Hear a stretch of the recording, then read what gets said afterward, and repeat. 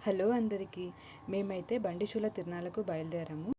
ఈ తిరునాళ్ళ విశిష్టత ఏమిటో ఈ వీడియోలో తెలుసుకుందాం. రామరాజపల్లి గ్రామంలో సుంకులమ్మ ముత్యాలయ్య అక్కా తమ్ముడిగా జన్మించారు. గ్రామంలో ఎవరికి ఏ సమస్య వచ్చినా వారు తీరుస్తూ వచ్చారు. దీంతో స్థానికులు వారిని గ్రామ దేవతలుగా ఆదరించేవారు. కాలక్రమేణా వారు మరణించడంతో గ్రామంలో ఆలయాన్ని నిర్మించి నిత్య పూజలు చేస్తూ వస్తున్నారు. దాదాపు 250 సంవత్సరాలుగా రామరాజపల్లిలో సుంకులమ్మ ముత్యాలయ్య తిరునాళ్లను ఏటా నిర్వహిస్తూ వస్తున్నారు. రామరాజపల్లి, కాసేపల్లి, గుత్తనంతపురం గ్రామాల మధ్య 5 రోజుల పాటు సాగే ఈ తిరునాళ్లకు జిల్లా వాసులతో పాటు పొరుగున ఉన్న కర్ణాటక, తెలంగాణ నుంచి కూడా పెద్ద సంఖ్యలో భక్తులు వస్తూ ఉంటారు. తిరునాళ్లలో ప్రధానంగా బండికి తాటి చెట్టు కాండాన్ని తాళ్లతో కట్టి అలంకరించి రథంగా భావిస్తారు.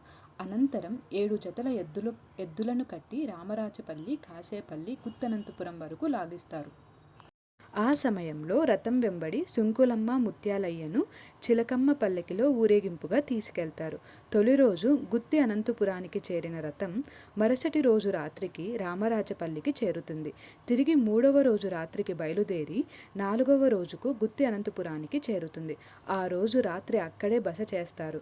5వ రోజు తెల్లవారుజామున తిరిగి బండిని రామరాజపల్లికి చేర్చడంతో తిరునాళ ముగిస్తుంది.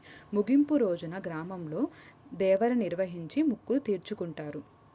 మరిన్ని వీడియోస్ కోసం ఛానల్ని సబ్స్క్రైబ్ చేసుకోండి.